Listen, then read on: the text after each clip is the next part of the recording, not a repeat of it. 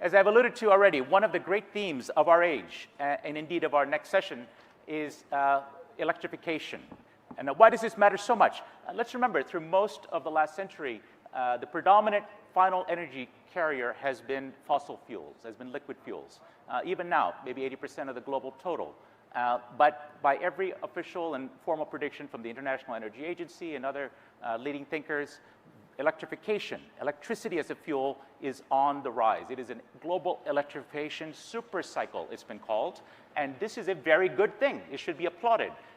Electricity is clean at the point of use, and depending on how you make it, increasingly through clean energy, we have the opportunity to decarbonize energy systems, whereas if you stick with fossil fuels, and I say this as a mechanical engineer from MIT, we studied internal combustion engines, they're not going to get much better, folks. You're going to burn much of the energy that you burn in diesel or petrol, and you won't be able to capture that back. Whereas with electricity, you have the opportunity to get extremely high efficiencies and therefore consume less resources to begin with in the entire energy system, and it provides a lever for change. According to the International Energy Agency, the global rate of electrification in the next 5 years will grow at double the rate of global energy demand. That is, energy demand is growing. The world is using more energy, but the rate of electrification as a share of that is growing at least twice as fast, and in some countries, much faster than that. As India aspires to its great ambitions in energy, development, growth, and sustainability, I predict that India will become one of the great electro-states. We've already seen the beginnings of this. On the numbers that we've seen, India has now actually achieved a higher rate of electrification for a comparable level of GDP per head. That is, for as wealthy as when China was at this comparable level, it had a much lower level of electrification. And the tools needed for electrification with clean energy were not available then to China. They're readily available now. Now, the question is, how do you implement it? How do you make it happen? What are the right policies? We're going to talk with a minister about this later. What are the right financial tools? We have financial experts coming and development bank experts. And what is the role of business and entrepreneurs in making this happen? And that's going to be the subject of my next session. So I'm delighted to invite to the stage, please welcome Sagar Adani to the microphone. Welcome. Please give him a nice round of applause. Thank you to Adani for sponsoring this session. Come on up, Sagar. Such a pleasure to have you here. Please join us. And actually, why don't you, I challenge you, give us a provocation. I'll give you a few minutes. Get us going, and then I'll come and talk to you about this. Lovely. Okay, please. Thank you. All right.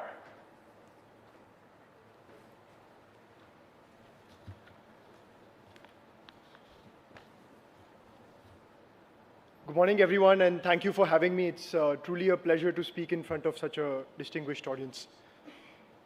I don't think that this summit and its central theme could come at a more important time. With everything that we've learned in the last few weeks, it is clear that in this century, access to energy is the only thing that's going to define resilience. Today, resilience is no longer a concept that is confined to classrooms or simulated in war rooms. It is a reality of what the world faces today. We've all seen how a conflict in one region can disrupt supply chains across continents. We've all seen how shocks in energy markets can ripple through economies overnight. And in that world, the question for every economy today is not how fast you can grow, but how well can you withstand disruptions. And nowhere is that question more relevant or more consequential than in India. India today is a nation that is defined by aspiration. You see it everywhere. In young people stepping into a new economy, in farmers adapting to new realities, in entrepreneurs building with confidence. There is a deep collective belief that the future will be better than both the past and the present. But aspiration, my friends, by itself, unfortunately, does not build nations. It needs a foundation. And India's answer to all of its foundational challenges is energy and only energy. Water security needs energy for desalination, water treatment, water distribution. Food security needs energy for fertilizers, irrigation, logistics. Digital leadership needs energy for data centers, AI, compute infrastructure. So if resilience is the goal, then abundant, reliable, and affordable energy is the foundation. Let's put the scale of India's challenge into perspective. On a per capita basis, India's consumption is about 1/3 of the world average and 1/5 of China's. So if India is to become a developed country by 2047, we are not talking about incremental growth. We are talking about a structural leap. We're talking about adding nearly 2,000 gigawatts of new capacity to the India's energy grid over the next 2 decades. All this while ensuring that this energy remains affordable, accessible, and increasingly clean. That, my friends, is the scale of the opportunity, and that's India's most defining challenge. When you look globally, countries that have built resilience at scale have always done one thing exceptionally well. They've always secured their energy foundations. Most developed and prosperous countries are either energy independent or have built deep strategic energy partnerships. We don't have to look very far, as Vijayji was alluding to earlier, to find a more relevant example. China, despite being constrained in both oil and gas just like India, has systematically invested in significant energy resources domestically. They've built strategic reserves and they've strengthened and hardened supply chains. Yes, of course, it remains dependent on global energy flows, but the level of resilience it has built over the last 2 decades is very remarkable. And the outcome is not just energy security. It is industrial strength, economic stability, and global competitiveness. For India, the path forward is clear. We must electrify everything. We must reduce structural dependence on imported energy. We must build an energy backbone that is anchored in resources that are available within our country. That is India's only credible path to long-term stability. But of course, electrification at scale demands one thing above everything else, and that is a massive growth in electricity supply. And this is where we must be pragmatic. Renewables will and must scale rapidly. Storage technologies will continue to evolve, but there are real constraints, particularly both around land and intermittency. Which means that to truly close this gap, India must adopt a portfolio approach. We must leverage fully every single energy source available to us. Renewables, yes. Hydro, yes. But also efficient thermal and nuclear. Because without firm, scalable baseload power, the math simply does not work. This is not optional for India, it is inevitable. It would be very incomplete to not recognize the role that the government and the country's leadership has played in enabling this journey. Over the last decade or more, India's leadership has played an exceptional role in cutting red tape, getting rid of unnecessary and outdated regulations, revitalizing public undertakings, and encouraging private enterprises. Countless macro and micro policy initiatives by the government have resulted in an environment where businesses can grow, flourish, and prosper. India has seen a clear, consistent, and increasingly execution-oriented policy stance. From accelerating infrastructure deployment, expanding renewable capacity, strengthening transmission networks, and enabling long-term investments, there has been both clarity of intent and continuity of action. And that continuity is the most critical enabler for resilience. Coming to the role of industry and specifically the Adani Group, at our core, we see ourselves not only as infrastructure operators, but as fundamental builders of India's energy backbone over the next several decades. Our chairman, Mr. Gautam Adani, has committed over $100 billion towards energy transition, one of the largest private sector commitments globally. But more importantly, it is not a mix of isolated investments. It is an integrated strategy. We are building one of the world's largest renewable energy portfolios, investing in large-scale energy storage, expanding transmission networks, and looking to develop green hydrogen ecosystems. Beyond energy, our presence across ports, logistics, airports, and data centers is a part of the same vision. And that vision is that resilience can never be built in silos. It can only be built through integrated ecosystems. Energy powers industry, logistics enables trade, and digital infrastructure drives productivity. And when these systems work together, you don't just create growth, you create durable resilience.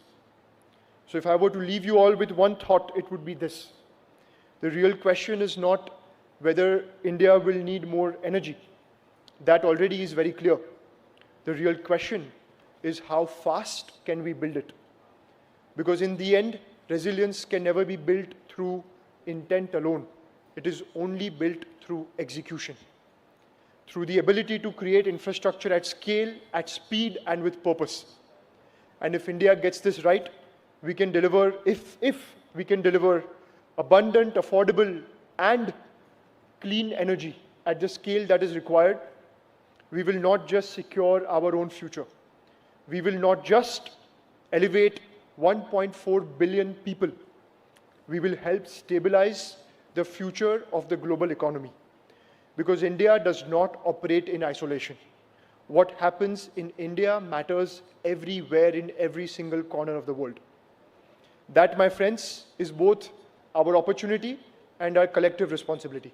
Thank you so much. Come, have a seat.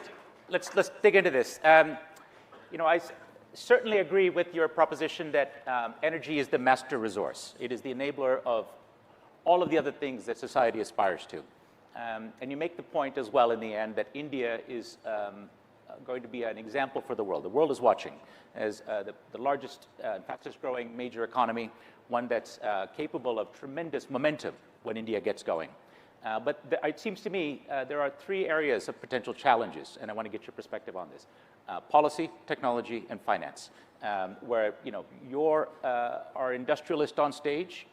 You're talking about execution, right? This is where the rubber hits the road. You're not the professor talking about grand strategy. So when you talk about execution, what is it that you see in policy, one that has been the most enabling of being able to scale as quickly as you've started to do, and as India is certainly moving rapidly in renewables?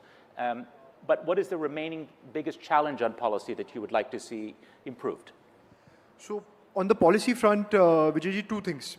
What India has done exceptionally well over the last couple of years has been, as I said, a very significant debottlenecking of approvals. Permits, approvals, clearances, India's transformed completely at a fundamental level. If you look at renewables, India last year added 55 gigawatts of new renewable energy installations on the ground. That is the historic highest for the country ever.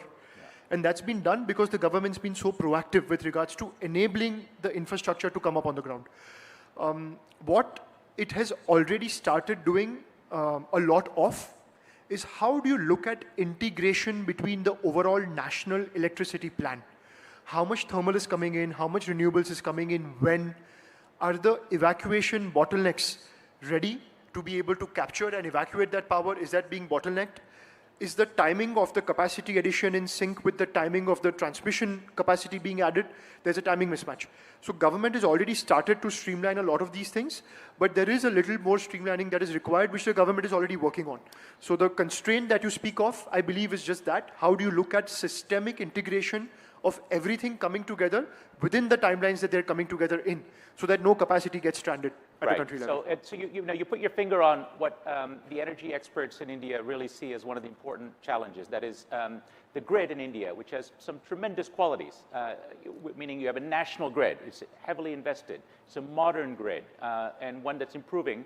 However, is not able to keep pace with the pace of additions of clean energy. So you're seeing a lot of curtailment. And so grid investment, presumably, is one area of investment. And we do see private sector investment around the world coming into transmission lines. That's one possibility. A second possibility, and I want you to refer maybe to the battery investments you're making, that gets to the technology point that I want to talk about, because one of the things that I'm a huge advocate of is energy storage on the grid. I wrote a story a couple of years ago talking about a battery revolution that's coming. And even internally at The Economist, there's a lot of skepticism. Those of you who are not in energy, you'll know, if you want to put people to sleep at a dinner party, start talking about energy. If you don't want to be invited back, start talking about energy storage for the grid.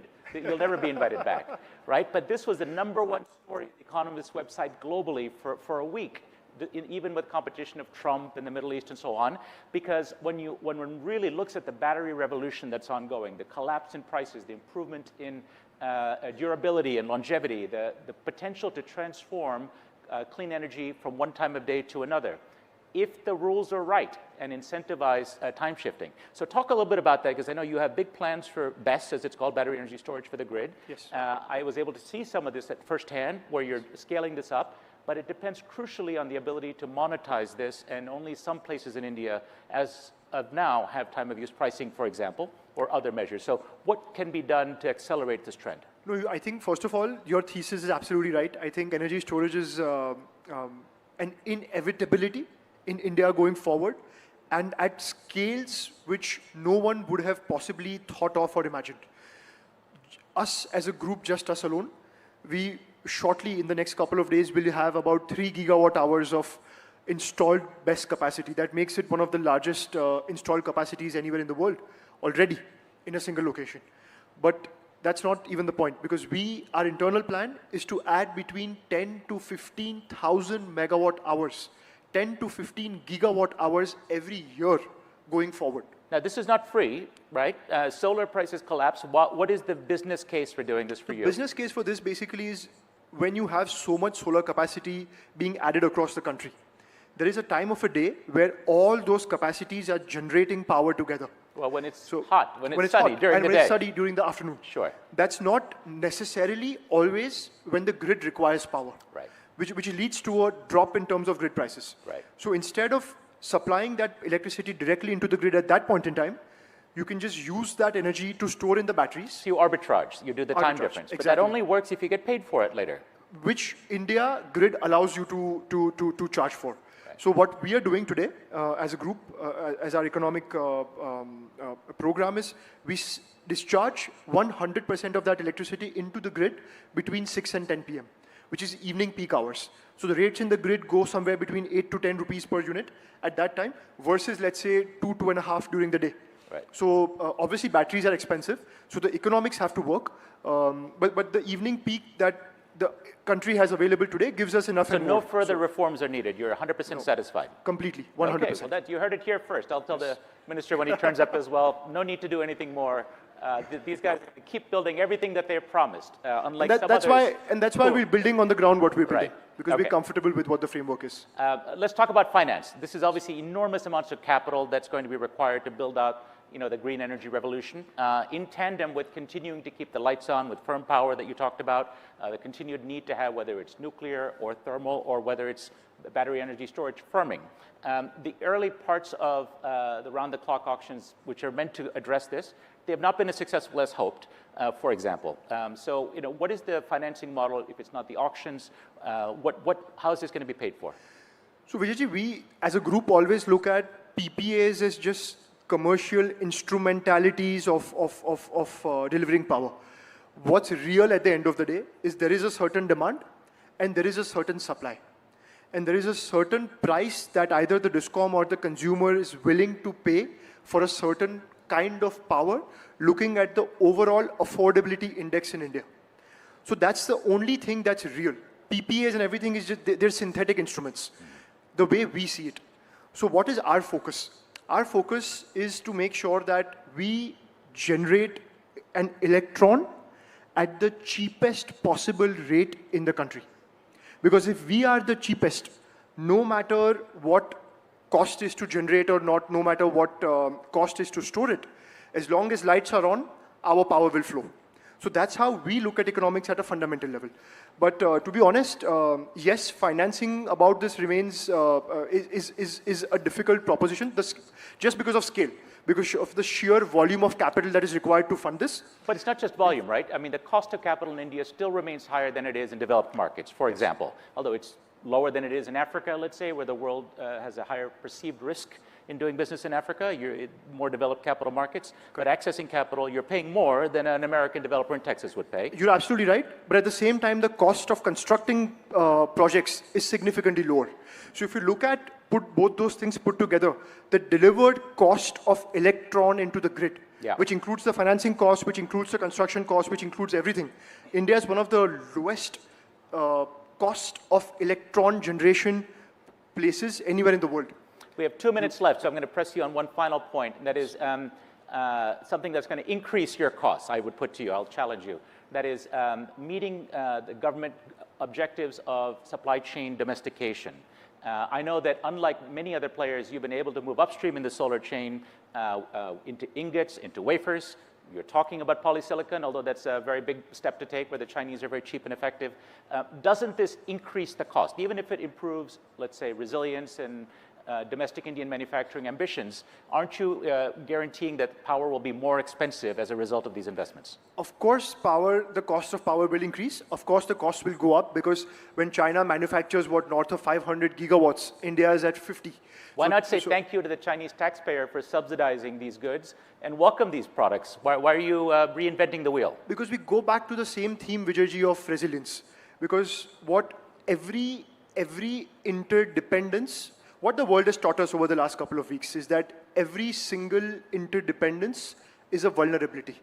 And when it's times of stress, times of war, times of difficulty, times of, not a very pretty global environment, every one of these interlinkages can be used to exert strategic pressure and influence.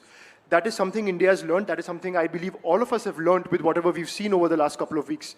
And the lesson that India has learned and the leadership in India has decided for what the right way for the country is going forward is that we need to make sure that we domesticate our supply chains no matter what the cost is.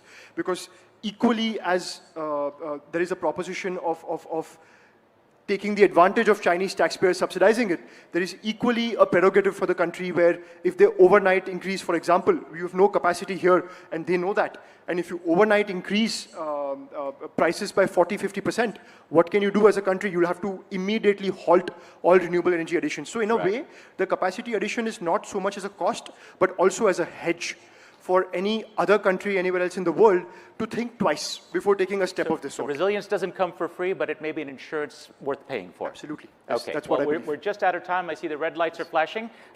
Please join me in thanking Sagar Adani for joining us on stage. Thank you so much. Thank you. Appreciate it. Appreciate your time. Thank you so much.